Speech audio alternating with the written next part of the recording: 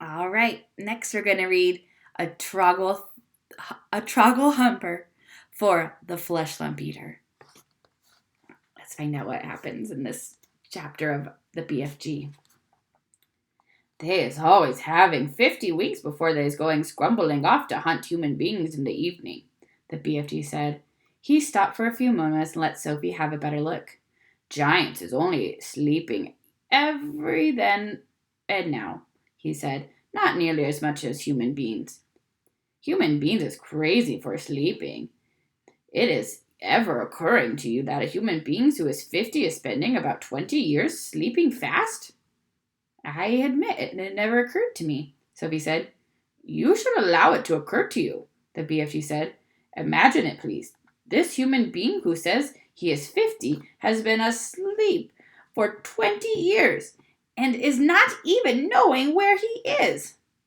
Not even doing anything, not even thinking. It's a funny thought, Sophie said. Eggskunkly, the BFG said. So, what I was trying to explain to you is that a human being who says he is 50 is not 50. He is only 30. What about me? Sophie said. I'm 8. You is not 8 at all, the BFG said. Human beings, babies, and little children's is spending half their time sleeping, so you is only 4. I'm 8, Sophie said. You may think you is 8, the BFG said, but you has spent 4 years of your life with your little eyes open. You is only 4. And please stop higgling me. Twitchy little snap whispers like you should not be higgling around with an old sage and onions who is hundreds of years more than you. How much do giants sleep? Sophie asked. They is never wasting much time snoozling, the BFG said. 2 or 3 hours is enough. When do you sleep? Sophie asked. Even less, the BFG answered. I is sleeping only once in a blue baboon. Sophie, peeping out from the pocket, examined the 9 sleeping giants. They look even more grotesque now that when they were awake. Sprawling out across the yellow plain, they covered an area about the size of a football field. Most of them were lying on their backs with their enormous mouths wide open, and they were snoring like foghorns. The noise was awful. Suddenly, the BFG jumped in the air. By gum frog, he cried, I is just having the most whops-whippling idea. What? Sophie said. Wait, cried the BFG. Hold your horse feathers. Keep your skirt on. Just you wait and see what I is going to bring about. He galloped off fast to his cave with Sophie hanging on tight to the rim of the pocket. He rolled back the stone. He entered the cave. He was very excited. He was moving quickly. You stay here in my pocket, Huggy Bee, he said. We is doing this lovely bit of buckwashing both together. He laid aside the dream-catching net, but hung on to the suitcase. He ran across to the other side of the cave and grabbed the long trumpet thing, the one that he had been carrying when Sophie had first seen him in the village. With the suitcase in one hand and the trumpet in the other, he dashed out of the cave. What is he up to now? Sophie wondered. Peep your head up good, the BFG said. Then you will get a fine winkle of what is going on. When the BFG came near the sleeping giants, he slowed his pace. Uh-oh. Do you think you know what he's doing? I think I might have an idea. He began moving softly. He crept on his toes towards the ugly brutes. They were still snoring loudly. They looked repulsive, filthy, diabolical. The BFG tiptoed around them. He went past the gizzard gubbler, the blood bottler, and the meat dripper, and the child chewer. Then he stopped. He had reached the flesh lump eater. He pointed at him. Then he looked down at Sophie and gave her a big wink. He knelt on the ground and very quietly he opened the suitcase. He looked out of it. He took out of it the glass jar containing the terrible, nightmarish Troggle Humper. At that point, Sophie guessed what was going to happen next. I guessed too, Sophie. Ouch, she thought. This could be rather dangerous. She crouched lower in the pocket so that only the top of her head and her eyes were showing. She wanted to be ready to duck out of sight very fast should anything go wrong. They were about 10 feet away from the flesh lump eater's face. The snorting noise he was making was disgusting. Every now and again, a big bubble of spit formed between his two open lips, and then it would burst and splash and cover his face with saliva.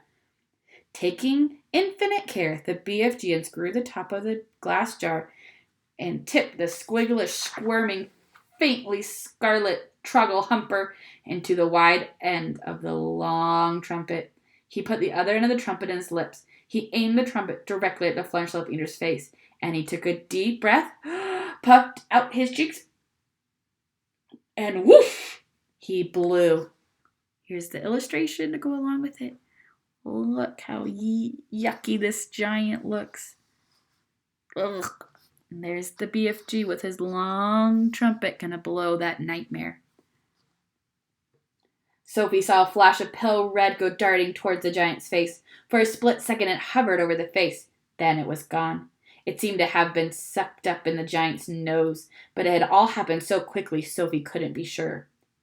We had better be skittering away quick to where it is safe, the BFG whispered. He trotted off for the 100 yards, then he stopped. He crouched low to the earth. Now, he said, we wait for the gun and the flames to begin. They didn't have to wait long. The air was suddenly pierced with the most fearful roar Sophie had ever heard, and she saw the flesh lump eater's body, all 54 feet of it, rise up off the ground and fall back again with a thump. Then it began to wriggle and twist and bounce about in the most violent fashion. It was quite frightening to watch. Yow! Roared the flesh lump eater. Ow! He's still asleep, the BFG whispered. The terrible troggle-humping nightmare is beginning to hit him. Serves him right, Zoe said. She could feel no sympathy for this great brute who had ate children as though they were sugar lumps. Save us! Screamed the flesh lump eater, thrashing madly. He's after me! He's getting me! The thrashing of the limbs and the waving of the arms became more violent by the second. It was awesome. It was an awesome thing to watch. Such a massive creature having such a mighty convulsion. It's Jack! Bellowed the flesh lump eater. It's the grewgious Jack! Jack is after me! Jack is crackling me! Jack is spike skidding me! Jack is splash lumping me! It is terrible fright swiping Jack! The flesh lump eater was writhing about over around the ground like a colossal tortured snake. Oh, spare me, Jack! He yelled. Don't hurt me, Jack! Who is this Jack he's on about? Sophie whispered. Jack is the only human being the giant is frightening of, the BFG told her. They is absolutely terrified of Jack. They is hearing that Jack is a famous giant killer. There's the big giant having his nightmare.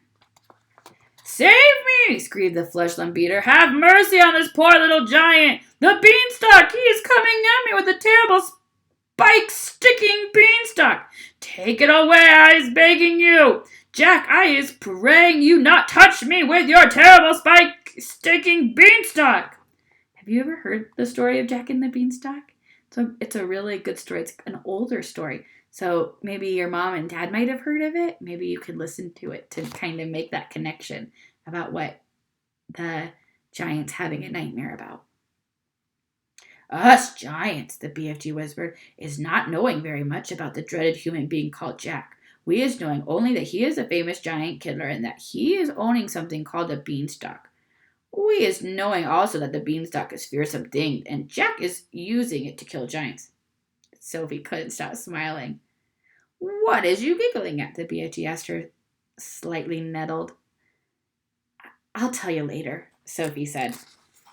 There's the BFG and Sophie hiding while that giant has a nightmare. The awful nightmare had now gripped the great brute to such an extent that he was tying his whole body into knots. "Do not do it, Jack," he is screeching. "I is not eating you, Jack. I is never eating human beings. I swear I was never gobbling a single human being all my wholesome life." "Liar," said the BFG. Just then, one of the flesh lump eater's flailing fists caught the still fast asleep, meat-dripping giant smack in the mouth. At the same time, one of the furious thrashing legs kicked the snoring, gizzard-glumping giant right in the guts. But both the injured giants woke up and leaped to their feet. "He is swiping me right in the mouth," yelled the meat dripper. "He is bug-swoggling me smack in the guts," shouted the gizzard thumper. The two of them rushed at the flesh lump eater and began pounding him with the fists and feet. The wretched flesh lump eater woke up with a bang. He awoke straight from one nightmare into another. He roared into battle, and in the bellowing, thumping, rough and tumble that followed, one sleeping giant after another got stepped on or kicked. Soon all 9 of them were on their feet, having the most almighty free-for-all. Another illustration, all of the giants fighting each other. They punched and kicked and scratched and bit and butted each other as hard as they could. Blood flowed, noses were crunched, teeth fell out like hailstones. The giants roared and screamed and cursed, and for many minutes the noise of battle rolled across the yellow plain. The BFG smiled with a big, wide smile, so absolute pleasure. "I is loving it when they is all having a good tough and rumble," he said. "They'll kill each other," Sophie said. "Never," the BFG answered. "Those beasts is always bishing and walloping at one another. Soon it will be getting dusky, and they will be galloping off to fill their tummies." "They're coarse and foul and filthy," Sophie said. "I hate them." As the BFG headed back to the cave, he said quietly, "We certainly was putting that nightmare to good use, though, wasn't we?" "Excellent use," Sophie said. "Well done, you." All right, that's the end of that chapter. Next, we'll read Dreams.